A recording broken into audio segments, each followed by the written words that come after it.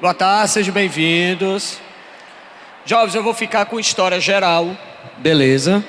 E história geral a gente começa de Grécia e Roma. Por quê?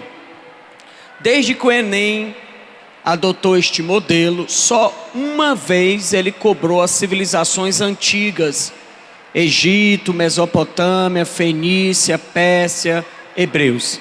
E esse ano que ele cobrou as civilizações antigas, a prova não valeu. Então a gente não pode nem dizer que o Enem oficialmente cobrou as civilizações antigas. Professor, então ele está descartando a importância daquelas civilizações antigas? Não. É porque nós temos hoje uma outra visão das influências da sociedade. A gente acredita que é muito mais influente para a nossa sociedade, Grécia e Roma, que fundamentam a nossa noção de democracia, nossa noção de arquitetura, teatro, artes, Olimpíadas, e a arquitetura romana, as pontes, o comércio e principalmente o direito romano e as formas de Estado, do que as civilizações do Antigo Oriente, que fundamentaram o mundo árabe. Como o mundo árabe não tem uma influência direta na gente de Egito, Mesopotâmia, Antigo, e a gente sabe que a prova de humanas é a única que aumenta, né? Todo ano aumenta, porque todo ano no mundo globalizado, por exemplo, a gente vai falar da Síria. Aí quando a gente for falar da Síria, o que é que a gente vai fazer? Vai fazer um resgate histórico da Síria. Aí para fazer o resgate histórico da Síria, a gente vai ler um monte de coisa relacionada àquilo. Quando você era jovem, bem novinho, o pai de vocês ia estudar história, ele precisava saber quem governava o Brasil, os Estados Unidos, França. Talvez por curiosidade ele queria saber quem governava a Argentina. Tá entendendo? Se ele viu a Guerra Fria, ele sabia quem governava a União Soviética. Fica difícil não saber quem governa a China, né? Na época da Guerra Fria só era um. Fica difícil saber quem governava Cuba, só era um, até recentemente. Não preciso nem dizer quem é a rainha da Inglaterra, é a mesma. A mulher viu o rádio e viu a internet. A menina rainha da Inglaterra viu desde o carro até o homem chegar na lua, pisar na lua, vender a lua, dançar com a lua. E ainda está lá. O irmão dela mais novo, agora de 91 anos, acabou de desistir da carreira política e ela está inteira fazendo crossfit. Então é fácil saber quem era a rainha da Inglaterra. Mas a gente precisava saber de 5 ou 6 chefes de Estado, concorda? Vocês hoje na prova do Enem, vocês têm que saber de quantos chefes de Estado. Rapaz, você tem que saber a eleição da França, da Venezuela, da Colômbia, da Argentina, do Brasil, do Peru, do Paraguai. Tem que saber sobre a eleição americana e não é quem ganhou não, é com quem o Trump concorreu. Tem que saber com quem o Trump concorreu, porque ele perdeu. Tem que saber quem está governando a Alemanha, a Romênia, a Bulgária, da Síria, Iêmen, Arábia Saudita. Resultado, você hoje tem que saber de muito mais coisa. E a prova de humanas vai aumentando tanto que a gente tem que começar um corte. É mais fácil a gente cortar de trás, na linha histórica, ou do mundo atual? De trás. Ok? Então a prova vem tirando as civilizações antigas e vem colocando a partir de Grécia e Roma. Tá certo? Então vamos lá para a Grécia, vamos para Roma. Meninos gregos, ó. A Grécia, a gente vai dividir em quantos? 6 períodos, ó. 6 períodos aí, eu estou com um dedo aqui, tá certo? 6 períodos históricos. Nós temos o período pré-homérico, homérico, arcaico, clássico e helenístico. Professor, eu preciso saber as datações? Não. Ele vai ter na prova um texto. Esse texto vai lhe identificar de que período estamos falando, a não ser que seja algo muito explícito. Por exemplo, o período homérico é marcado pela obra do Homero. Aí se tiver um texto do Homero, aí é homérico, né, jovem? Beleza? Aí não tem como errar. Vamos lá, ó. O período pré-homérico que não está aí, a Grécia ainda não é a Grécia. Primeiro de tudo, é bom lembrar que a gente não era grego. Não existia o grego.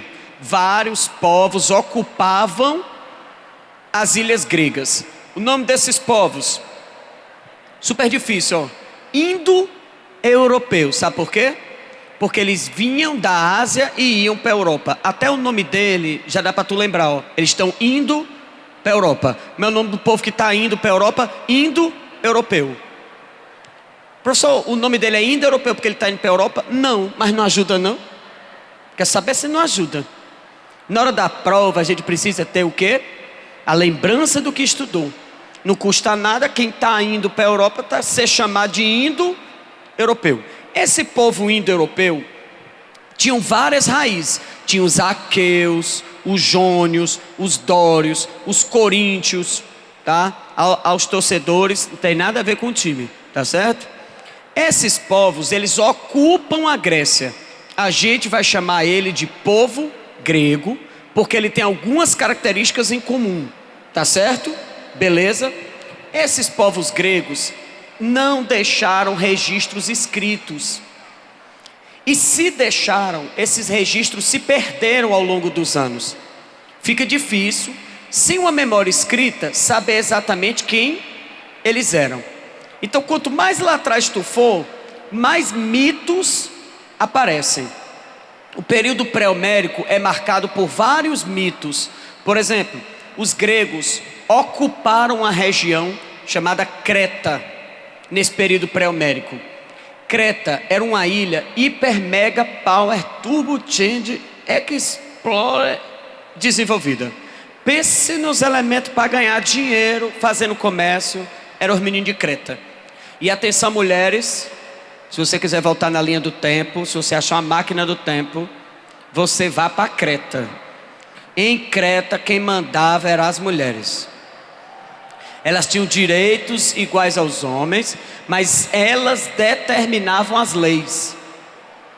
A sociedade era matriarcal, a tal ponto que Creta queria dizer a ilha mãe ou a deusa mãe. Os meninos cretenses eram tão desenvolvidos, que quando você é estourado, quando você tem dinheiro, você não tem com o que gastar, tu gasta sabe com o quê? Luxo. A sua primeira meta para ter dinheiro é comer, não é não? Você tá com dinheiro, está com fome, você não consegue. Você vai comer. Mas se você tiver com muito dinheiro, você vai comer diferente? Vai. Você na liseira, você parte para cima do creme cracker. Não tem queijo, não tem presunto, faz aquele creme cracker de sanduíche de manteiga, que bota uma no meio, chega perto, sai nos buraquinhos do creme cracker. É bom demais.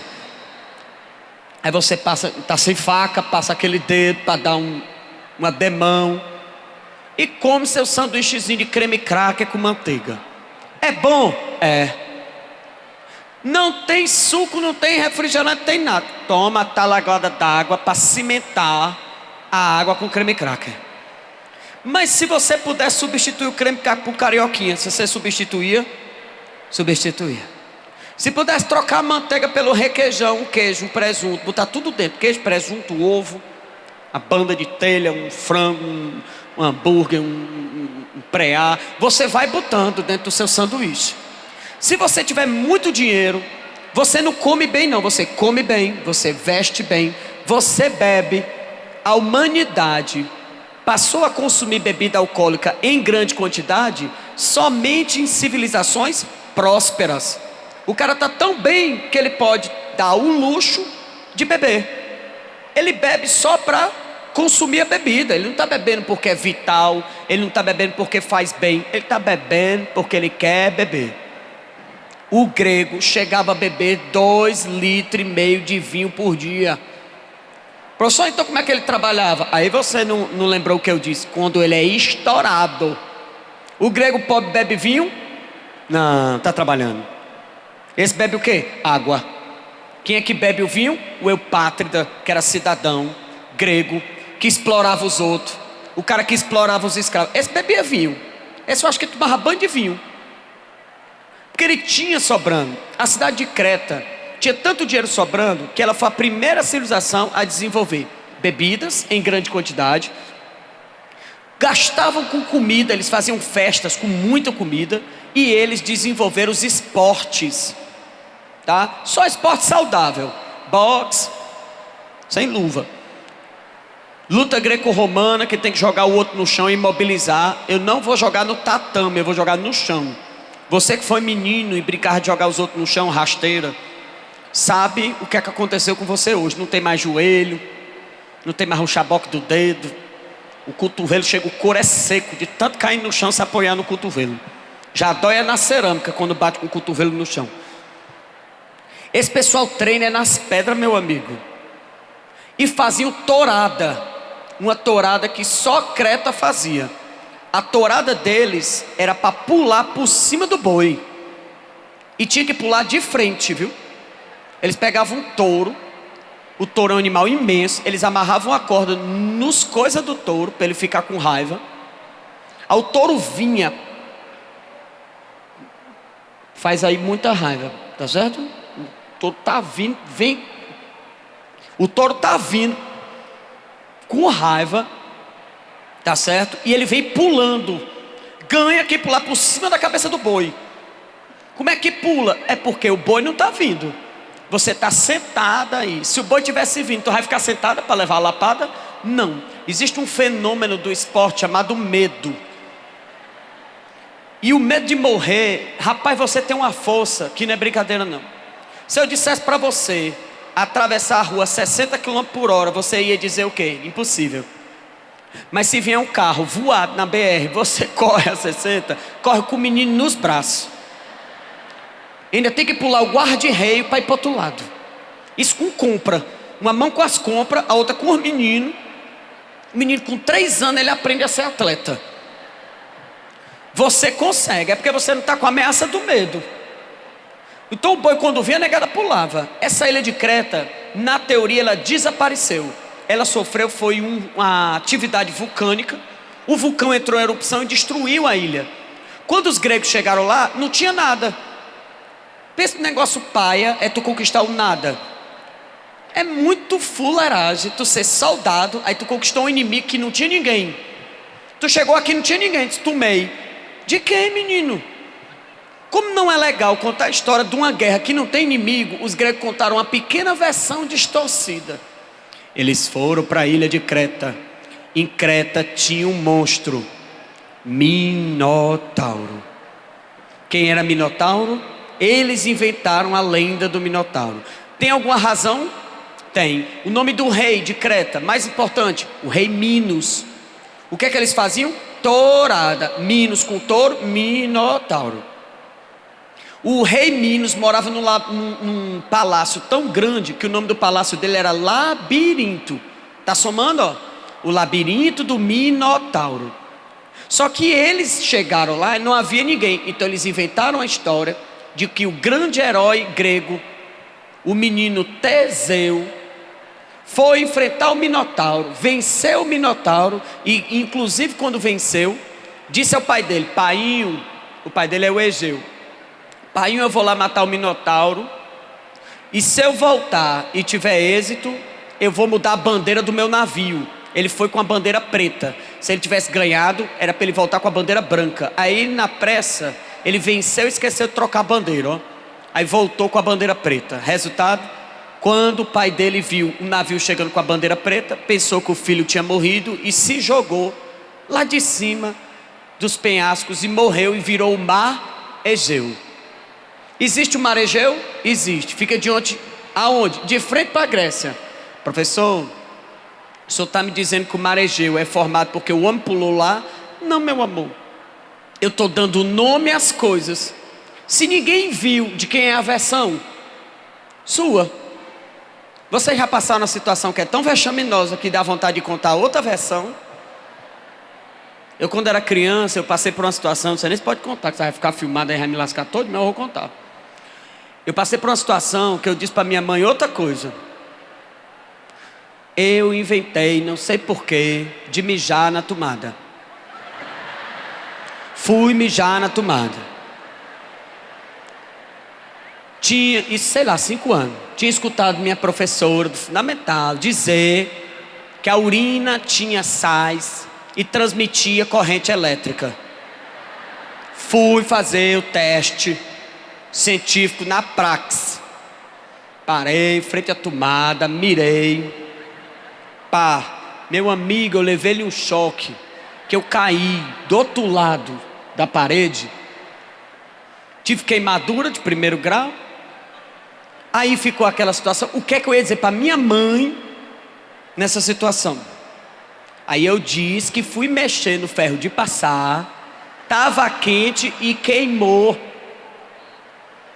Ela disse, como é que você se queimou com esse ferro? E como é que queimou lá, se você estava mexendo? Não, mãe, tinha acabado de sair do banho, quando eu fui mexer a toalha caiu, o ferro caiu junto. É ridículo, mas não era pior eu dizer, me queimei porque mijei na tomada. Minha mãe ia ficar o resto da minha vida dizendo, o que esse menino foi fazer mijando na tomada? Já não basta a humilhação, fora que isso ia ficar registrado, que toda festa de família. Eu já contei a história, quando o Márcio foi mijar na tomada. Você vai contar por neto, mas ninguém está sabendo, eu só contei aqui para vocês. Tá certo? Tá segredo, igual os segredos da maçonaria no Google. Não diga a ninguém. Já desse aluno me deu um seguinte DVD, professor. Eu baixei para o senhor um DVD chamado Os Segredos da Maçonaria nos Estados Unidos. Ninguém pode ver esse vídeo, professor. Aí se tu viu aonde, cara? Professor, peguei no YouTube. Eu disse, cara, vamos esconder isso. Eles vão vir atrás da gente. Eu vou fingir, eu vou dizer que meu nome é outro nome. Eu não quero pegar nesse DVD, cara. Isso tem muitos segredos, tá? Vamos lá. Entendeu o que é um mito? Eu inventei o Minotauro, inventei o Maregeu. Por quê? Não tem um registro histórico? Os gregos foram ocupando várias dessas leis. Inclusive a Guerra de Troia, que você assistiu com Brad Pitt. Tá certo? Quando chegou no período homérico, aí sim, que está aqui. No período homérico, o que happens? Você vai começar a surgir as cidades. Por que eu chamo de cidade-estado? Porque ela é independente. A Grécia é formada por ilhas. Fica difícil um país ter as mesmas dimensões de lei, de regra, de impostos, se cada um está na sua ilha. Entendeu? Muito difícil, cada um na sua ilha, unificar. Então cada ilha tinha sua regra, cada ilha tinha seu próprio governante, inclusive até a língua não era unificada. Esses meninos gregos vão formar várias cidades importantes, mas a gente precisa estudar quantas? Duas, Esparta e Atenas, mas são várias cidades gregas. Professor, se eu for fazer faculdade de história, eu vou estudar quantas? Duas. A gente continua estudando na faculdade Esparta e Atenas, só que a gente vai se aprofundar. Eles desenvolvem uma nova escrita, ok? E essa sociedade do período homérico, infelizmente para as meninas, não fiquem chateadas, acabou os direitos das mulheres na sociedade ocidental. Quando os gregos chegaram nessa fase, a sociedade grega virou patriarcal. E você é o seu código genético. Filho de proprietário de terra já nascia rico. Na Grécia e Roma tem uma coisa fácil de você lembrar. Quem é elite? Quem é dono de terra. E quem é dono de terra tem quantas? Duas funções. Ele é político e é militar. Tire da sua cabeça que tem aluno que pensa que nas sociedades antigas quem ia para a guerra é o grupo social mais pobre. De jeito nenhum. Quem vai para a guerra é o rico. Olha, e o que é que o rico vai fazer na guerra? Ele vai conquistar terras. Se ele não for para a guerra, o soldado toma a terra. Então os soldados iam se tornar a elite. Então quem vai para a guerra é quem tem posses, quem tem poder financeiro. Porque quem é que faz a arma? Você. A arma é feita por você. O pobre nessa época, ele tem quantas? Duas opções? Trabalhar, ou se ele não trabalhasse, ou se ele não conseguisse produzir, ele virava escravo por dívida. Tá certo? Esse período a gente vai ter um desenvolvimento das famílias. Na Grécia, a menor família eu chamo de geno. Por isso que eu tenho uma árvore genealógica, tá certo? Essas famílias é que vão formando as cidades. Então eu vou casar com a Jova para gerar filhos. A minha filha vai casar com um jovem de outra tribo e eles vão aumentando. Cada vez que eles se unem, eles formam uma fratria, tá certo? A soma das fratrias formam a polis. Polis é cidade. Quando a cidade é grande, como é o nome da metrópole? Metrópolis. Quando a cidade é imensa, megalópolis. Quando a cidade é pequena, pequenópolis. Vocês não assistiram não? O do Superman? Smallville? Smallville é pequenópolis. É porque em inglês é fashion. Quando traduz fica traduzido. O bom é inglês. Tá certo que você deixa lá pequenópolis. Lembrando que metrópolis em inglês é metrópolis. Tá certo? Não muda nada não. Quem é o chefe? É o homem mais velho que é dono da terra. Na Grécia a gente respeita o mais velho. Por que a gente respeita o mais velho? Porque o mais velho já passou por todas as etapas. Ele já foi jovem, já casou, já foi pai, já foi soldado, sobreviveu e agora é um ancião. Não mexa com os velhos não. Na Grécia Antiga e Roma, mexeu com o velho, você se lasca todinho. Quem não tinha moral era jovem, principalmente pivete. O jovem ainda tinha moral porque ele vai casar. Agora o pivete, ele era mandado na sociedade. A nossa sociedade hoje é que é o contrário, né? Quem manda? Os little pivete. Os meninos é que manda, tá? Tem mais moral do que você pensa. Tanto é que quando você está adolescente, o que é que você mais quer? Voltar a ser pivete. Que você é o tempo bom de menino, que o mundo girava em torno da sua vida. Tá certo? Mas aí você pode fazer menino, tá certo? Não agora, você vai fazer Enem. Depois, se você tiver universidade, você faz neném. Tá? Agora você vai fazer Enem. Essas cidades, a gente vai estudar duas: Esparta e Atenas. Vamos para a menina Esparta. Esparta está dentro de uma ilha, cercada por montanhas. Ela tinha duas escolhas bem óbvias: ou ela se prepara para a guerra, ou sempre vão atacar ela. Os espartanos tomaram então a decisão: eles vão se especializar em guerra. Desde pequeno, o espartano, e detalhe, tá aí o nome dos meninos, ó. Você tem quantos? 3 grupos sociais? 3. Esparciata, que é a mesma coisa de espartano, tá? Esse é dono de terra. Quem é que vai para a guerra? Ele. Aí você tem o perieco. O perieco é um estrangeiro, tá certo? Ele pode fazer o quê? Ele pode trabalhar com comércio, mas não pode ir para a guerra. E tem o ilota. O ilota é o pobre camponês. Futuro do ilota, geralmente, virá escravo por dívida. Beleza? Filho de ilota vai ser um ilotinha.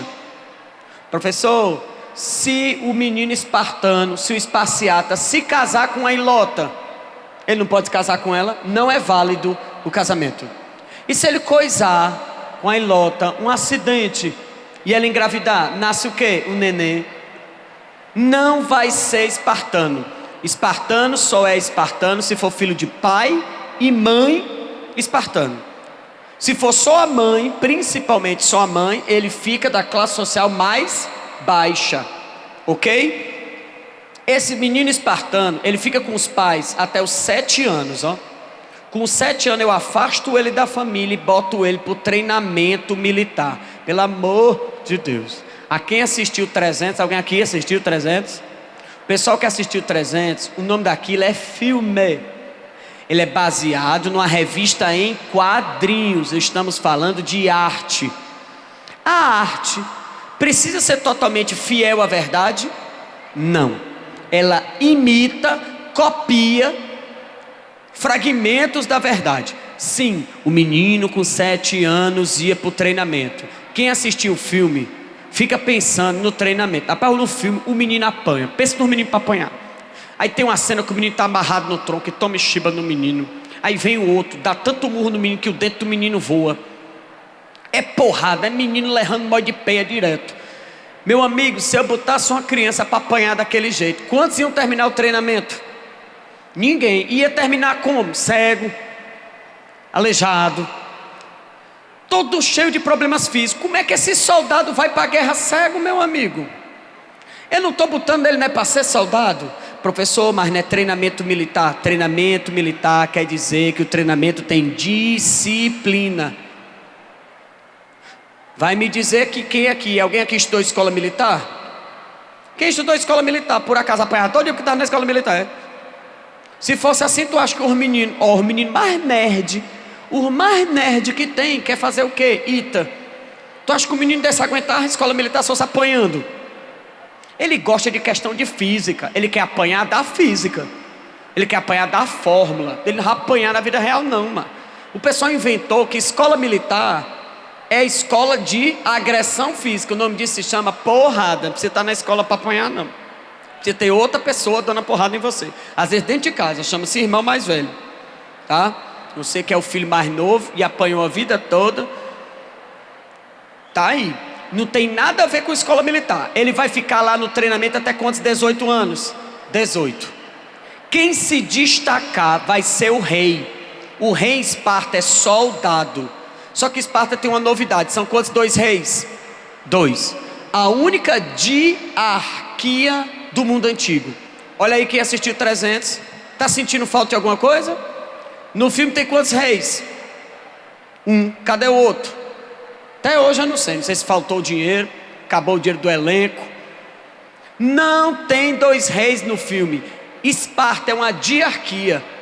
Quem terminar o treinamento vai virar soldado. E você termina com 18 anos. Quando você voltasse, o pessoal aqui que tem 18 anos voltou para o seio da família. O que é que você vai fazer agora? Casar, mais rápido possível. Você vai casar e vai fazer menino dos 18 aos 30. Você vai cuidar da família. Quando você tiver 30 anos, você é soldado completo. Vale, professor, por que não bota logo ele para ser soldado? Porque se ele morrer jovem, ele não vai ter como perpetuar a família. Então ele tem um prazo de 12 anos para fazer menino. Não é possível que ele não faça ao menos em 12 anos. Se não conseguir, a família dele fica fadada a desaparecer. Com 30 ele vai para a guerra. Quanto tempo de guerra? Mais 30 anos, acredita? Serviço militar em Esparta, 30 anos de serviço militar. Tu vai passar 30 anos, com 60 tu vira ancião. Ele chama de gerúsia. Daí vem até quando você fala que a pessoa é idosa, geriátrica. O prefixo GER vem de ancião. Quem manda? A gerúsia. Porque eles já foram militares, já foram jovens e já fizeram treinamento. Professor, como é que o cara vai sobreviver 30 anos numa guerra? Aí existe um fenômeno chamado sorte. Vamos supor que você é uma pessoa sortuda, o destino lhe dá uma mãozinha, e você virou militar ontem, completou 30 anos. Só que a gente não está em guerra. Tu vai para a guerra? Não, não tem guerra. Passou 10 anos, não teve guerra. Passou 20, não teve guerra. Passou 30, não teve guerra. Agora tem gente que nasceu com a sorte tão grande que ele fez 30 anos. Esparta está em guerra quando? Desde ontem. O aniversário dele de 30 é hoje. Ele já vai para o campo de batalha. Aí esse aí dificilmente vai sobreviver. Tá certo? Se você é um ilota e você não vai ser soldado, e você não tem opinião política, se você é um perieco e você não vai ser soldado, você só pode fazer uma coisa politicamente: apelar. Apela é a assembleia de quem não é cidadão, ok? Se você não é cidadão, você vai para a apela. Daí vem a expressão que a gente diz hoje, quando o cara não tem mais o que fazer: aí vai apelar, vou, porque eu não tenho mais para onde ir. Tranquilo, Esparta? Beleza, vive de guerra. E como é que ela enriquece? Oxe, ela vence os inimigos e pega. Professor, isso não é roubo não? Forte essa palavra roubo, hein? Pode dizer não. O nome disso é conquista. Porque eles venceram a guerra, tá? Menina Atenas, tá? Volta pra cá, desculpas. De Atenas é diferente total. Atenas não vai viver só de guerras. Atenas é uma cidade que ela é forte no comércio marítimo, mas rico em Atenas é quem tem terra, tá? Em Atenas eu digo que você é eupátrida. Eu quer dizer bom ou forte. Pati vem do líder, pater. Irida é de nascida. Se você for filho do líder, se você for parente do líder, você tem acesso à terra. Ok? Se você for de uma classe comercial, você é um demiurgo. Se você for um estrangeiro, você é um meteco. Tá certo? E se você for escravo, eu chamo você de quê? Escravo. Quando o cara é escravo por dívida, tem aí na apostila de vocês, a gente chama de nexum. N-E-X-U-M. Tá bom? Nexum. Se você não é escravo por dívida, eu chamo só você de escravo. O problema de Atenas é que Atenas passa por muito mais problemas políticos do que Esparta. Atenas vai passar por, sabe quantos 4 modelos políticos? 4. Atenas foi monarquia, depois ela vai ser arcontado. Arcontado é porque em vez de eles terem um rei, eles resolveram ter 5. Cada um cuidava de uma função. Um rei para o exército, um rei para a parte econômica, um para a parte política, um para as questões religiosas e um para as leis. Só que o destaque da política grega é quando a gente chega na tirania e na democracia. Quando a gente fala tirano, a gente pensa no governo bom ou ruim? Ruim. Pois na Grécia o tirano era famoso por dar direitos ao povo. E como ele dava direito e mexia com a sociedade grega, que é de castas, as classes sociais não se alteram, isso fez com que surgisse um governo chamado democracia. A democracia grega, se você tiver uma observação aí para fazer, tem que fazer sempre cai na sua prova do Enem. A democracia grega, ela é direta, todo cidadão pode participar. A nossa democracia, jovens, ela é direta ou indireta? Ela é indireta. É a gente que decide? Não, são os nossos representantes. Professor, mas na Grécia, mulher pode participar? Não. Estrangeiro pode participar? Não. De menor? Não. Escravo? Não. Então como é que ela é democracia? É porque para eles o que é cidadão? Homem, maior de idade, ateniense, livre. O pobre pode? Pode. Se for livre, se for escravo, lógico que não. Se for livre, pode. Como é que era a democracia grega? Levanta a mão e fala. Eles não votam sim ou não. Você tem que argumentar. Quem tiver o melhor argumento, ganha. Não precisa ser a maioria. Uma pessoa pode convencer todo mundo aqui. Se eu fosse a pessoa que fala melhor, eu convenço vocês a fazerem as minhas decisões. Surgiu inclusive um cara especialista na arte de convencer na política. O nome dele, sofista. Ele era um filósofo só para política. O tio Sócrates não gostava dos sofistas, porque os sofistas diziam assim, ó: não me interessa se eu estou falando a verdade. Você é que tem que saber se eu estou mentindo, porque eu estou argumentando. Contra-argumente. Se você não tem argumentos para me vencer, então eu tenho o direito de lhe enganar. E Sócrates não concordava. Por isso foi até condenado, porque ele batia de frente com esses sofistas. A política grega não vai evitar o óbvio.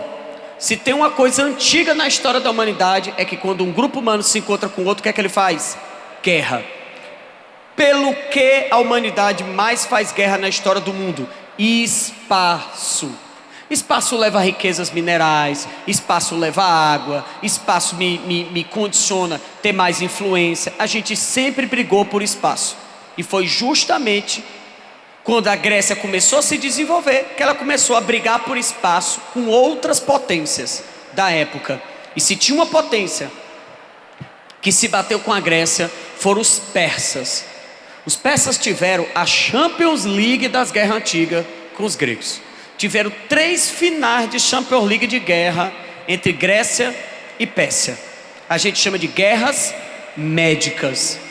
Professor, por que não é guerras pérsicas? Os persas são feitos de quantas 2 tribos? 2, as Medo e as persas. Os persas são as 2 tribos juntas, Medo-persas. Então os gregos não chamam os persas de persas, chamam os persas de Medo-persas. Quando eu enfrento os gregos, eu enfrento as guerras médicas, por causa dos Medo-persas.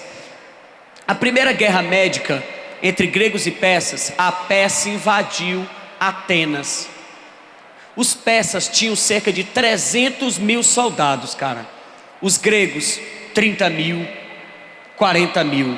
Ia ser um massacre. Os persas têm capacidade de usar cavalo. Os persas tinham flecha e escudo de ferro. Então eles se protegiam e a arma inimiga não pegava nele. Os meninos persas já tinham domesticado para usar na guerra elefante, cara. Eles botavam elefante contra os inimigos, jogava leão contra os inimigos. Sabe qual é que se faz? Você jogar ali, ele jogava o leão nos inimigos. Tá certo? E por que o leão não atacava ele? Porque ele feria o leão e o leão tinha medo deles. Quando ele soltava o leão ia em direção a você. Enquanto o leão lhe atacava, os persas tomam flechada. Imagine 300 mil pessoas jogando flecha aqui, ó. Aí vira aquela cena do filme que você não vê nem o sol, só as flechas caindo. Ah, professor, mas se eu me abaixar eu me defendo. Enquanto tu está se defendendo das flechas, eu estou vindo a cavalo. Quando tu se levantar, eu já estou bem aqui pertinho de ti, estou me flechada em ti. Então era quase impossível vencer os persas. Só que os persas se esqueceram de uma coisa: foram eles que foram até a Grécia. Os gregos usaram um truque chamado, sabe o que? Mar. Os atenienses sabiam que se enfrentasse na terra, eles levavam a surra. Eles esperaram os persas fazendo assim, ó. Construíram um navio trirremo, 3 níveis de remo. O navio grego era o mais rápido que tinha. Sabe o que é que eles vão fazer? Barruar nos navios persas. Qual é a área do navio que eu não posso bater? A lateral do navio. A frente é feita para ele bater e encalhar. A parte de trás ela é mais reforçada, mas a parte do meio do navio é a parte frágil. Pois diz aí que os gregos vão esperar os persas. Lá vem os persas. E os persas não viram os gregos em pequenas embarcações. Quando viram, os gregos estavam perto. Aí os gregos vão fazer isso, ó. Bater de lado. Professor, os navios gregos vão afundar? Vão. Mas os navios gregos estavam sendo remados por escravos. Ó a jogada. Os gregos botaram os escravos para remar e para morrer na batida, enquanto os soldados gregos ficaram aqui na praia. Aí tu imagina, tu tá no navio, o teu navio é afundado no meio do mar, tu tendo que nadar. Aí cai cavalo, cai elefante, cai leão, todo mundo dentro d'água. E tu nadando, e o leão do teu lado, tu não sabe por onde é que tu nada, e ainda tem a onda, e os gregos jogando flecha em ti. Quando tu chegar na praia, os gregos vão te recepcionar, ó, aqui, dando espadada. Resultado, os gregos com 3 vezes menos gente venceram os persas nessa guerra, que foi tão sangrenta que até o mensageiro morreu, que é a batalha de Maratona. Até hoje nós temos uma prática olímpica chamada maratona, que a gente tem que percorrer quantos quilômetros? 42, que foi a distância que o mensageiro percorreu. Quando ele percorreu essa distância, ele morreu. Percorreu os 42 quilômetros ferido, deu a notícia que ganharam e morreu. Em homenagem a ele, os Jogos Olímpicos gregos criaram a maratona, e quando foi recriada a Olimpíada, mantiveram a prova da maratona, tá certo? A Segunda Guerra, os gregos vão enfrentar os persas, só que agora eles vão atacar Esparta. É a cena do filme 300. Os espartanos também não vão conseguir vencer os persas, só que qual é o lance? Eles botaram os espartanos, botaram os persas para entrar por um corredor chamado Termópilas. O corredor é tão estreito que não dá para usar elefante, não dá para usar cavalo, vai ter que ser soldado contra soldado. Tão estreitinho que os persas, eles não sabiam de uma arma espartana. Eu vou poder... Jovem, posso chegar mais perto, jovem? Preste atenção, jovem. Se a gente fosse fazer uma barreira aqui, tem um negócio chamado empurrar. Se eu empurro ela aqui, ela perde equilíbrio, perdeu o equilíbrio, abriu a barreira, morre todo mundo, tá? Então o que é que eles faziam? Ficavam uma fileira aqui de joelho, ó. E quem vai ficar de joelho não vai se levantar na guerra. Não tem quem aguente ficar de joelho. Tem se você está apoiado em alguém. O cara que está aqui atrás, ele fica com esse joelho nas minhas costas. Tem um cara de joelho aqui, eu boto o joelho aqui, ó. Ele pode se encostar em mim. E está todo mundo encostado aqui, ó. Ok? Tem várias pessoas aqui para trás. Quanto mais você bater em mim, eu seguro a porrada, porque eu vou distribuindo, ó, o peso. Quando o peso chega lá atrás, eu só faço bater. Vocês assistiram o filme, eles não gritam, eles fazem assim, ó, ahu. Eles são treinados, cara, desde pivete, eles fazem assim, ó, aí todo mundo, ó, tome, empurra, mete a flechada, mete a lançada, dá a espadada e volta. Todo mundo. Quase impossível de penetrar esse escudo espartano. Por mais que você empurre, eles são treinados para isso. Eles duram horas ali. Aí surgiu um traidor, tu acredita? Apareceu um traidor na história. Um tal de Eufíates, que provavelmente recebeu muito dinheiro dos persas. Ele trai o próprio exército espartano, dizendo que tem um caminho por dentro da montanha, e o exército espartano foi atacado por trás. Foram mortos, e quando Esparta foi derrotada, a guerra demorou tanto, que deu tempo para avisar os outros gregos, e eles haviam fugido. Com raiva, o exército persa destruiu tudo, mas vai voltar. Quando volta, não espera o que aconteceu, ó. A Liga de Delos. Os gregos fizeram uma coisa que nunca tinha sido feito antes. Eles deixaram de ser cidades e estado e eles viraram os gregos. Eles se uniram. Os gregos lutavam com 30 mil soldados, 40 mil. Pois agora sabe quanto eles são? 200 mil, 150 mil. Os persas não esperavam enfrentar 150 mil gregos. Perderam e aí foi a derrota definitiva. A Pérsia não ataca mais a Grécia. Só que essa Liga de Delos, quem liderava a Liga de Delos? Atenas. Surgiu um probleminha. Sabe o que a Atenas fez? Ela dizia assim, ó, gente, todo o dinheiro vocês me dão que eu monto o exército. Aí a guerra acabou e Atenas convenceu os gregos do seguinte, gente, é melhor continuar pagando porque pode vir outro inimigo. Eu penso, não, é verdade. Anos se passaram. E Atenas continuava pedindo dinheiro, com a alegação que era para proteger a Grécia. Só que deu para notar uma coisa estranha. Todas as cidades gregas se desenvolviam numa velocidade, e Atenas começou a se desenvolver muito mais rápido. Surgiu logo Paternô, um prédio de assembleia imenso, toma estádio, locais para teatro. Rapaz, Atenas está virando a cidade mais rica da Grécia. Aí Esparta chegou e disse, eu não pago mais a minha cota na Liga de Delos. E Atenas não aceitou que Esparta não pagasse. Os gregos vão brigar entre si. O nome dessa guerra, Guerra do Peloponeso. Uma guerra entre os gregos. Quem ganhou foi o grupo de Esparta. Só que quem ganhou mesmo foi um menino chamado Alexandre. Alexandre, da Macedônia, território bem pequenininho, cara, vizinho à Grécia, ó. O pai de Alexandre, Filipe, tinha sido general em Esparta e chamou para dar aula para o Alexandre, quando era pivete. Olha o professor de Alexandre, Aristóteles. Alexandre sabia sobre política grega, sabia como funcionava as regras da Grécia e foi treinado pelo pai dele, que era o melhor general que existia, era o general espartano. Alexandre é um intelectual, um filósofo e um militar. Ele é completo, cara. Comparável com Alexandre, só Napoleão. Você não invente jamais, nem por brincadeira, de comparar Napoleão e Alexandre com o menino Adolf. Porque se teve uma pessoa que atrapalhou o exército alemão, foi aquele jovem chamado Adolf Hitler. Porque ele não era um bom militar, não era um bom estrategista, mas era um bom político. Era um cara que falava muito bem. Quando eu digo bom político, não é o que fala bem não, tá, gente? Bom político é aquele que convence melhor as pessoas. A política é uma negociação social. Você faz política na sua casa. Não se engane não, você que está com essa fase que diz assim, eu odeio política. Impossível, tá? Porque você negocia na sua casa. Quando você quer sair, você vai negociar com a sua mãe. Aí tem gente que sabe negociar, tem gente que não sabe, joga logo pro pai.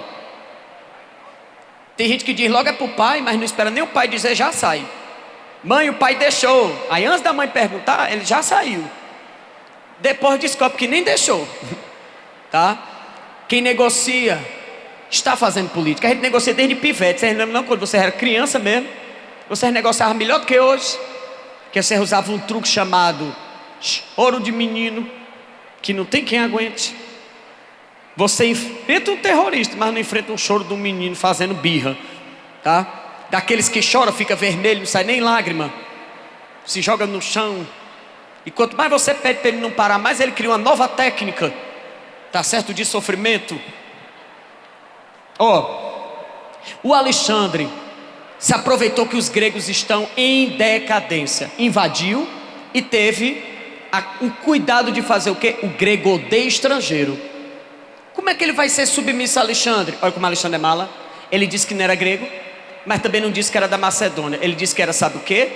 Heleno. Heleno é quem mora nessa região. Somos todos helenos, somos todos iguais, somos todos irmãos culturais. E provocou a primeira globalização da história, que a gente chama de helenismo. Ele misturou a cultura grega com a do Egito, com a da Pérsia, criou várias bibliotecas. Você que está aí curioso, professor, onde é Alexandria? Alexandre, ele era marqueteiro dele mesmo. Pense no alto marketing. Alexandre falava dele na terceira pessoa, só para tu ver a arrumação. Quando ele chegava no canto, ele dizia assim: quando o Alexandre chega, aí o pessoal: e não é tu não? Eu disse: não, eu estou falando em nome de Alexandre. Alexandre, toda cidade que ele conquistava, ele batizava de quê? Alexandria. Toda cidade importante, ele: Alexandria. E a outra cidade? Alexandria. Aonde era Alexandria? Em todo canto. Entendeu? O pessoal assim: eu fui para Alexandria. Rapaz, na sociedade antiga você deve ter ido mesmo, porque Alexandria eram todas as cidades importantes. E aí ele se tornava o quê? Eterno. Ele se tornava influente. Em todo canto tem Alexandre. Como era o nome da biblioteca de Alexandre? Biblioteca de Alexandria. Como é o nome da cidade de Alexandre? Alexandria. Como é o nome de Alexandre? Alexandre. Tanto que ele morre precocemente. E mesmo hoje, ainda hoje, um professor de história na Academia Enem está falando o nome de Alexandre. Tá certo? Beleza? Alexandre, quando morre, não consegue sustentar, a sociedade grega não consegue sustentar o que ele criou. Eles vão ser dominados pelos meninos romanos. Ok? Vamos só falar aqui dos aspectos culturais dos tios gregos. Os gregos são monoteístas ou politeístas? Politeístas. Cada cidade tem sua divindade. Ok? Beleza? Hoje essas divindades gregas, elas não desapareceram, elas viraram inclusive temas da psicologia. O pessoal que vai fazer psicologia, só o que estuda aí são os deuses gregos, tá? O complexo de Édipo, a história de Narciso. Você tem vários temas da psicologia que a gente adota nome da filosofia e da mitologia grega. Você tem o fato de que os meninos gregos criaram a democracia. Você tem que lembrar que os tios gregos criaram as Olimpíadas. Lembrando que a Olimpíada grega, ela só tem uma coisa que lembra a nossa: a tocha olímpica, que não pode apagar, tá? Segundo o mito grego, a tocha olímpica é a oferenda que os homens fizeram aos deuses do Olimpo, para eles permitirem que a gente disputasse os jogos. A tocha simboliza uma trégua. Por isso que é considerado crime quem apaga a tocha olímpica, porque você está declarando guerra quando você apaga a tocha olímpica.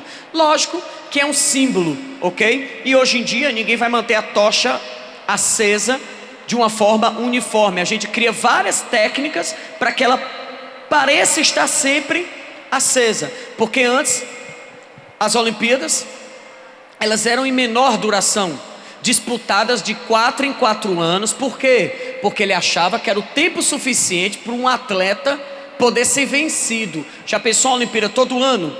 E a gente pega uma geração sensacional do basquete americano. Aí os Estados Unidos vai ser campeão olímpico quantas vezes? 12. Se a Olimpíada for disputada com intervalos maiores, o basquete americano pode correr o risco de ser bicampeão e não 12 vezes campeão.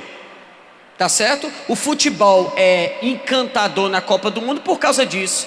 Ele acontece de 4 em 4 anos, muda totalmente a geração. Dificilmente a Alemanha é bicampeã mundial. Na verdade, poucos casos de campeões olímpicos de futebol são tri seguido. Quanto mais você estuda sobre o esporte, mais você vê que isso aconteceu aonde? Quando o esporte era menos profissional. O Uruguai foi bicampeão, quando o esporte era menos profissional, tá? A Itália foi bicampeã, na verdade o Uruguai foi bicampeão olímpico, né? A Itália foi bicampeã, o Brasil foi bicampeão, mas você vê nas últimas Copas, a França foi campeã, na outra Copa foi eliminada na primeira fase. Na primeira fase, sem fazer gol. A Espanha foi campeã, foi eliminada na Copa do Brasil na primeira fase. Foi tão humilhante que o rei da Espanha foi renunciar. Aproveitou que a Espanha perdeu, ele também estava mal, disse: eu vou logo renunciar, que ninguém vai nem olhar para mim, vai falar do time, tá? O último campeão, a Alemanha, já nem lidera mais o ranking do futebol, ok? O Brasil, que levou, parece que perdeu, não sei, fez uma, aí parece que fez 7. Mas se não fosse 7, tinha sido 1-0 pra gente. Aquele jogo, tá certo? Que a gente quase perde. Hoje o Brasil é líder do ranking. Lembra do drama galvaniano, que o Galvão quase não é dramático? O drama galvaniano. E agora? E agora, meu amigo? E agora, Brasil? Não tem mais sentido a vida. O futebol brasileiro. Vocês não lembram não das reportagens? O que vai ser do futebol brasileiro? O futuro do Brasil. A geração 7-1. Tá aí o Brasil liderando o ranking. Praticamente o mesmo time, mano. Veja como o futebol é uma ciência. O mesmo time. E o Neymar é tão sortudo que, como não jogou, ninguém pode falar nada. Até na hora de se machucar, ele sabe se machucar. Se tem um que não tem culpa, é ele que não jogou. Tá certo? Eu acho que até hoje ele manda e-mail para aquele cara da Colômbia: rapaz, desculpa, na época eu falei de ti, queria te agradecer, porque se eu não tivesse me lesionado eu ia ter que jogar, a negada ia jogar a culpa em mim, mas tu me deu uma lenhada. Eu nunca fui tão grato a uma dor. Tá certo? Vou mandar fazer uma tatuagem aqui chamada Foi Ele, mesmo onde ele deu a mãozada, botar teu nome, botar a data. Quiser bater um churrasco lá em casa, agora não deu uma cotovelada no meu filho não, porque meu filho é pequeno. Tá certo? Deixa o bichinho ao menos crescer, tá? A Olimpíada de hoje, o futebol de hoje é competitivo. Na Grécia, se você não é bom, você não vai não, porque o perdedor vira escravo de quem ganha. Escravo. Já pensou? Se fosse hoje, a seleção era escrava da Alemanha. Não tem perdão para quem perde. 2, a Olimpíada só quem disputava quem eram os homens. Os homens. Mulher não podia nem assistir.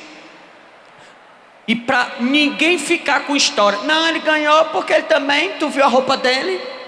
Tu viu? Eles usam um truque. É todo mundo nu, que é para ninguém alegar que o outro se beneficiou. Professor, o que é que tem a ver o cara disputar nu?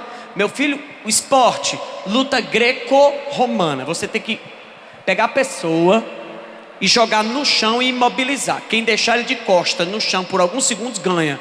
Você pega uma pessoa com roupa, você pega pela roupa. Quem luta judô, quem faz jiu-jitsu, você pega pelo kimono. Você aprende a fazer a pegada no kimono, sem roupa. Vai pegar onde? Suado. Escorrega, bebê. Quem tiver mais técnica, ganha. Quem não tiver técnica, vai só se barruando de nudes, os dois. Você vai para uma corrida, o caba correr descalço é diferente de correr calçado? É. Dependendo do calçado, é melhor estar descalço, não é não? O caba correr de havaiana, que a bicha vai fazendo peco, peco, peco, peco, peco, peco. As meninas correr de sandália, sandália rasteira, que ela é feita para ser quase um skate, se deslizando todinha. Então é todo mundo descalço para ninguém alegar nada.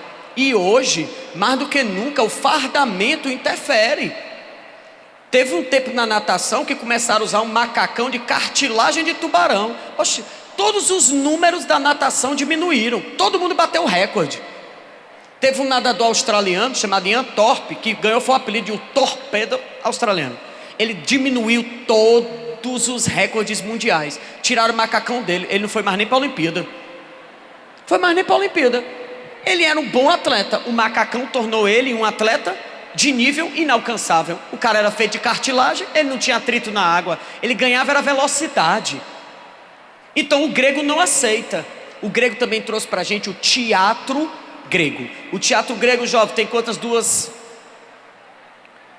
Dois gêneros, tragédia e comédia. Tragédia é drama, o grego é dramático, viu? O grego é dramático e o drama grego termina com um final feliz ou final triste? Triste. Quem termina com um final feliz é filme do Walt Disney, tá certo? Quem termina com um final feliz é a nossa novela, tá certo? Principalmente a das 6. A novela das 6 sempre termina com um final feliz porque ela é de época, ou é espírita, ou é de espírita de época. Que tem a primeira fase espírita, depois ela, fica de época, tá? Então, quando a gente tem o drama grego termina em morte. Eu vou lhe dizer um filme que lembra um drama grego, Titanic. Lembra do Titanic? É dramático, mano. Titanic é fuleiragem, mano. O coitado do Jack, ou o que o Jack passou, mano. O Jack sofreu tanto para ficar com a Rose, aí morreu. Na coisa mais besta que tinha, boiar.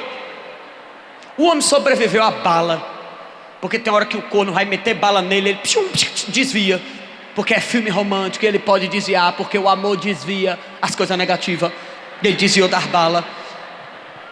Ele escapou, estava preso. A Rose vem com o machado. Ela nunca passou uma manteiga no pão, mas ela aprendeu a usar o machado em 2 segundos.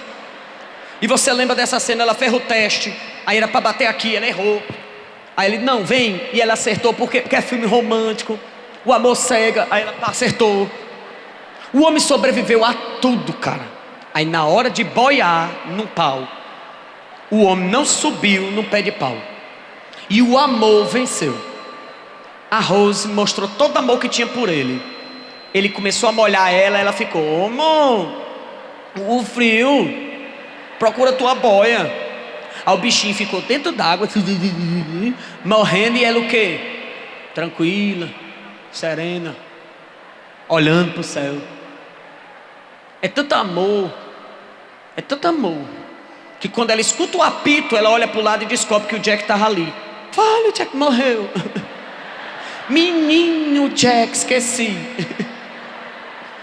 Mas é amor. O coitado do Jack morreu da forma mais fuleiragem que tinha, tá certo? E ela nem para levar levou, nem para dar um enterro pro rapaz, mas fez foi o quê? Não, é muito ruim nadar com ele, sai. Aí jogou ele, vai, tchau Jack. E foi viver a vida dela.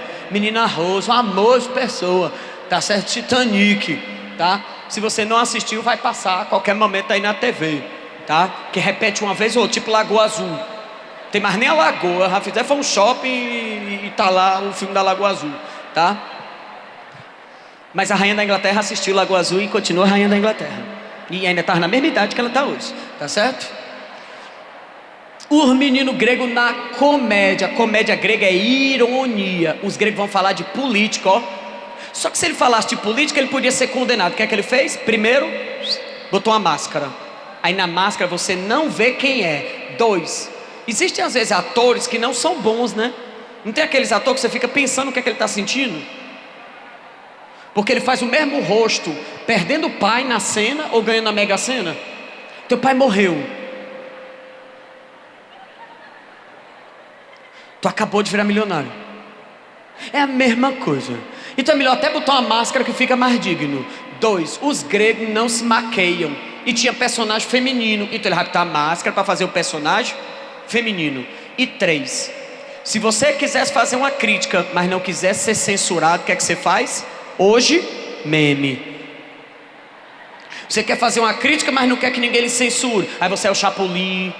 Você é um suricate. Você é uma princesa irônica da Disney. Tá certo? Você é um abacaxi cítrico. Você inventa um meme, divas não sei o quê, e critica o que você quer. E quem é que vai lhe criticar? Se quem está lhe criticando é a Rapunzel. O Minions sinceros, tem os Minions sinceros. Aí os Minions vão lá, falam de você. Quem está falando de você? Os Minions. Tu vai ficar com raiva dos Minions? Vai ficar com raiva dos Minions? Eles vão dizer o que para ti? Banhanha. Porque eles só sabem falar isso. Banhanha. E para quem não sabe por que ele fala banana, não é por acaso. A neurolinguística infantil, a palavra que existe em 23 idiomas igual se chama banhanha. Banhanha é banhanha em português, espanhol, francês, alemão, belga, holandês, inglês. castelhano. Então, se eu quisesse passar um filme e eu quisesse falar alguma coisa, eu falo o quê? Banhanha. E banhanha vira uma língua tão própria dos Minions que quando vocês saírem daqui, vocês vão fazer um teste chamado influência. Você vai botar no YouTube banana. Você vai botar o quê? Banana. E vai aparecer o quê? Minions. Vão aparecer 10 vídeos aqui e 6 ou 7 é Minions. Ok? Eu vou associar. Funciona. Ok? Mas hoje eu não tenho meme. Hoje eu tenho meme. Na época o grego tem o quê? Máscara. Beleza? Tranquilo? Os gregos deixaram pra gente a filosofia, mas essa eu deixo com detalhes que nós vamos ter aula de filosofia para aprofundar. Beleza? Nosso tempo é curto. Meninos romanos. Eita, pam, pam, pam. Foi só uma sonoplastia aqui, tu nem acompanhou, né, cara? A timbalada não precisa acompanhar não, né? Ok, posso almoçar, gente? Obrigado. Bora. Vocês estão almoçando isso aqui também, né? A maioria, né? Nós não quer deixar eu almoçar não, vou almoçar eu estava dando aula até 12h30 e vim do mesmo jeito que muita gente estava fazendo outras coisas e vieram. Então a gente almoça quando termina nosso compromisso só. Tá certo? Mesmo jeito que o nosso colega acordou bem cedo. Eu acho que eu acordei umas 3h30, que foi tipo que não dormi praticamente, para montar um evento que eu estava fazendo, para depois vir para cá. Mas toda vez que o Fábio me chama, eu não deixo de vir de jeito nenhum. Meu pai foi aluno de escola pública, eu comecei dando aula na escola pública, minha mãe foi aluna de escola pública, e a escola pública, criou-se um mito de que a escola pública termina na escola. E a gente consegue acreditar naquilo que nos é dito, viu? Cuidado com o que nos é dito, porque o ser humano ele não tem um limite claro, mas é incrível como é claro para ele aceitar os limites que dão a ele. Nunca aceite que a sua desigualdade é natural, porque ela não é natural. Ela é condicionada por N fatores. No dia que você perceber que o que lhe torna uma pessoa limitada é você mesma, você começa a ver que as coisas não são limitadas, elas são difíceis. E difícil é real. Limitação é uma coisa que a gente coloca pra gente. Dificuldade todo mundo tem. Não, todo mundo não, tem uma parte da sociedade que não tem dificuldade, mas não é a realidade do grupo que a gente tem. E pode ter certeza que todo mundo que está participando do projeto aqui teve alguma dificuldade, inclusive para entrar para participar do projeto. Ok? Beleza? Não confunda dificuldade com impossibilidade. Tá? Almoçados. Bora. Boa tarde. Boa tarde. Vamos para a menina Roma. Roma é Itália. Ok? Os meninos italianos foram dominados pelos mesmos povos que estavam vindo para a Europa, lembra? Os indo-europeus. Mas os italianos eram os etruscos, tá? Os tios italianos têm um mito. Do mesmo jeito que os gregos têm um mito do Minotauro, tem um mito da guerra de Troia. Os romanos têm um mito da loba. Povos que ocuparam Roma, mataram os reis etruscos, mataram o povo romano e jogaram os 2 filhos do rei para serem mortos pelos lobos. Sabe o que aconteceu? Os lobos criaram os meninos, Rômulo e Rêmulo, a dupla sertaneja romana. Rômulo e Rêmulo, já foi metade da música sertaneja já. Rômulo e Rêmulo se juntaram, se vingaram, tomaram o poder e montaram a monarquia romana. E os romanos acreditam que por serem descendentes de lobos, eles são os melhores guerreiros do mundo antigo. Na vida real, quando você é descendente, quando um menino é criado por lobo, ele fica o quê? Com características de lobo no comportamento. Ele não vira um guerreiro, ele não vira o Jacob. Tá certo? Jacob é... Infelizmente, para as meninas, não é verdade, tá certo? Inclusive o Jacob, ele é um lobisomem, além de lobisomem, ele é um lobisomem que já vem com aplicativo de Gillette, porque quando ele vira lobisomem, ele é peludo, quando ele volta é depilado. Ele vira lobisomem, fica peludo, quando volta é depilado. Tá certo? Que lobisomem sim, Mas quando voltar, depilado, que é para poder não chocar a sociedade. Para você não achar que o Tony Ramos, por exemplo, é lobisomem. Não, o Jacob é lobisomem, não é. Tá certo? Esses meninos romanos, eles quando chefiam um poder político, mesmo tendo monarquia, quem governa Roma? O Senado. Senado. Se você tiver com a sua apostilazinha aí, você bota assim um negócio assim, ó, em Roma. Quem manda em Roma é o Senado. Pode botar aí. Quem manda em Roma é o Senado. Mexeu com o Senado, meu amigo, sua vida se encurta em muitos anos. Professor, até na época do Império, oxi, se Júlio César foi morto, por quê? Porque bateu de frente com o Senado. Mexeu com o Senado romano, você vai cair. Quem é o Senado romano? São as famílias mais influentes. O nome do rico, influente, proprietário de terra, militar e político em Roma, como é o nome dele? Patrício. Tanto que tem uma expressão de quem é filho do patrício é patricinha, porque já nasce com a vida economicamente montada. Se você não é patrício e você é romano, mas você não é dono de terra, você é plebeu. O plebeu é o romano pobre e o patrício é o romano proprietário, tá certo? Tem um menino chamado cliente. Professor, o cliente tem sempre razão na vida da gente. Em Roma, o cliente é um cara que presta serviço ao patrício. É um serviçal diferente, viu? O cliente, o cara que mais... Eu consigo visualizar aqui para vocês entenderem.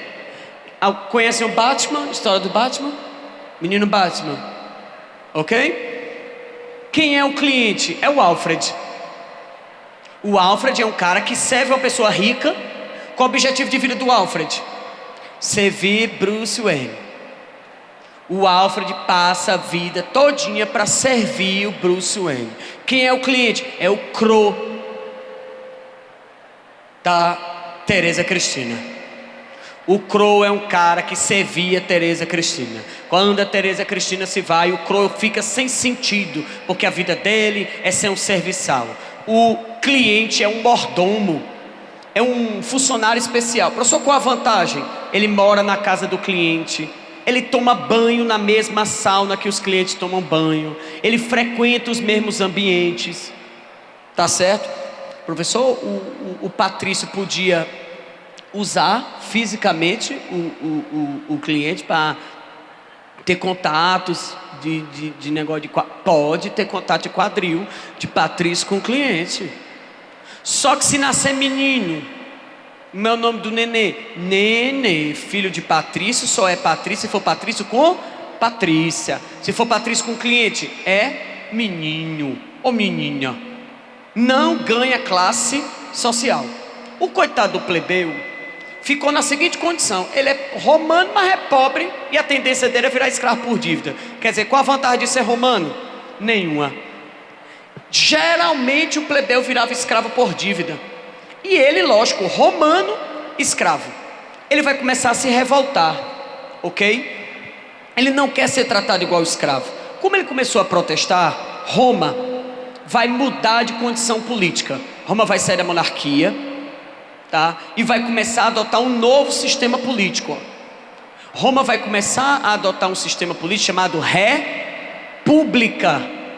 Na República Romana, eu vou distribuir vários cargos políticos. Eu tenho o Senado, mas eu tenho o chefe do Senado. Como é o nome do chefe do Senado? Cônsul. São quantos? Dois. Você tem, o tribuno da plebe, que é um cara que é só para responder pelos direitos dos plebeus. E os plebeus conquistaram alguma coisa? Conquistaram. Ao longo dos anos, os plebeus ganharam o direito de casar com o patrício. O plebeu ganhou o direito de poder ser um dos cônsuls, portanto chefiar o Senado. O plebeu ganhou o direito de receber pão em caso de fome. O plebeu ganhou o direito, inclusive, de ir para o exército. Tá certo? Agora, quando o plebeu foi para o exército, ele vai como soldado, ele não vira general.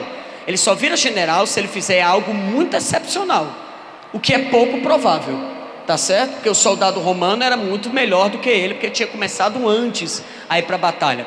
Você tem o cargo de pretor. Pretor em Roma é juiz. Tanto é que você tem a guarda pretoriana. Quem é a guarda pretoriana, professor? É o soldado que protege o juiz. E vale, para que o juiz precisa de proteção? Imagine que tu pode condenar qualquer pessoa. E se tu estiver condenando a pessoa influente, ela poderia tentar te matar. Então o juiz tinha que ser protegido fisicamente, ok? Você tem o questor, que é o cara que cobra os impostos. Você tem o prefeito. Foi em Roma que nasceu o prefeito. Inclusive até hoje, as funções da prefeitura são por causa de Roma. Função da prefeitura, ó, limpeza e saúde das vias, iluminação, educação, que depois cada república repatriou para a prefeitura ou para o estado. Mas em Roma tinha coleta de lixo, Roma tinha rede de esgoto, Roma tinha água térmica, na casa do patrício, né? Na casa do plebeu tinha o quê? Um monte de menino. Um monte de menino. Porque quando você não tinha perspectiva, você vai ter os filhos para eles trabalharem, para eu não virar escravo por dívida. O questor e tem o censor. Função do censor: saber quanto os patrícios ganham, porque você votava mediante a renda. Como é o nome do voto censitário? Voto censitário. Professor, a mulher tem direito de votar? Tem não. Oh meu Deus. A sociedade romana também é patriarcal. Beleza? Aconteceu uma coisa que os romanos não pensavam. Os plebeus eram maioria e começaram a protestar por direitos. Aí os patrícios tiveram a ideia: bota eles no exército e manda para a guerra, para os inimigos que a gente não consegue ganhar. Pois diz aí que os plebeus ganharam. Esqueceram de dizer para o plebeu, quando ele foi para a guerra, que era para ele ganhar. Mandaram ele para a guerra, não disseram assim: ei cara, é para tu ir, mas é para tu morrer, tá? É para tu ganhar não, tá bom? Mandaram ele para a guerra, ele ganhou. Roma se expandiu na república de tal forma que Roma vai virar, não é a Itália. Roma conquista a França, Roma conquista o norte da África, conquista a região da Alemanha, da Áustria, Espanha, Portugal, Suíça. Roma vira praticamente a Europa Ocidental, mais o norte da África. Quando Roma começa a conquistar esses territórios, ela tem outro problema agora. Não é mais o plebeu. Quando tu faz muita guerra, o que é que tu tem? Escravo. O que é um escravo? É um fruto de guerra. Fazendo uma pergunta para meu querido jovem Roberto: você colocar um inimigo dentro de casa? Você matou a família de um rapaz, ele sabe lutar, você botava ele dentro de casa? Não é muito seguro. Pois Roma não botou não, Roma lotou Roma de escravo. O que era o escravo? Um prisioneiro de guerra. Olha o que é que Roma fazia: pegava os prisioneiros de guerra que ela roubava, que ela matava a família e trazia, e ainda botava num palco para se matar. Dava arma para eles só para ver o oco. Os gladiadores. Professor, não teve nenhum gladiador que ficou puto e atacou Roma não. E Espartacus é o quê? Que Espartacus matou não sei quantos soldados romanos. Quase que Roma não consegue derrotar a revolta de Esparta. Esparta era tão ninja que até na hora de fugir, sabe onde é que ele foi? Para o vulcão. Ele foi se esconder num vulcão que estava em plena atividade, no Vesúvio. E levou vários soldados com ele, vários gladiadores. Roma começou a ter uma rebelião escrava atrás de rebelião escrava. Era tanta rebelião escrava que Roma entrou num ciclo sem fim. Ó o ciclo. Roma começou guerras para poder se livrar dos problemas com os plebeus. As guerras geraram muitos escravos.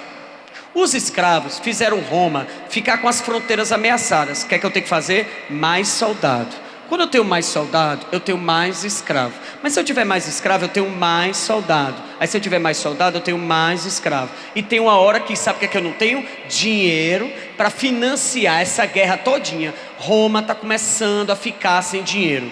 Mas antes que a situação piore, ainda tem uma crise chamada política. Várias pessoas em Roma ocupavam o poder com o único propósito: tomar o dinheiro e tomar o poder. Nós chegamos a ter em Roma, no único dia, 3 imperadores, cara. A briga pelo poder era tão absurda que o negócio não era nem governar, era dizer que você era o quê? Imperador romano, tá? Por uma questão de tempo, que até estourou, tá? Eu não vou narrar as histórias pessoais dos imperadores romanos, mas o Império Romano começa com Otávio e não com Júlio César. Júlio César, ele é o imperador por ele mesmo. Quem se nomeou imperador? Ele. Enfrentou o Senado, tá certo? E controlava o exército. Roma chegou um momento que a crise do império não suportou. Somou o custo da escravidão, falta de dinheiro, crise escravista e surgiu o cristianismo. Jesus surgiu durante o Império Romano e acharam que matando Jesus resolvia um problema, porque ele tinha alguns seguidores e Jesus pregava coisas que o Império Romano não gostava, não aceitava. Esqueceram de uma coisa: o corpo, ele é feito para ir, mas a ideia fica. Me matar não quer dizer que mate a minha ideia. Matar Jesus matou a Cristo, fez nascer o cristianismo.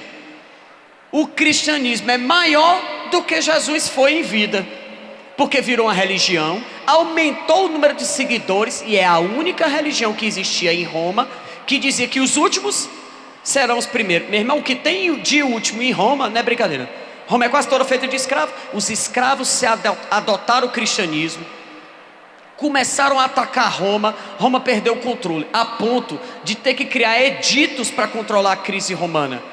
O final da crise romana vai levar com que Roma entre em decadência, se ruralize e forme o sistema feudal. E no sistema feudal, quem é que predomina como religião? O cristianismo.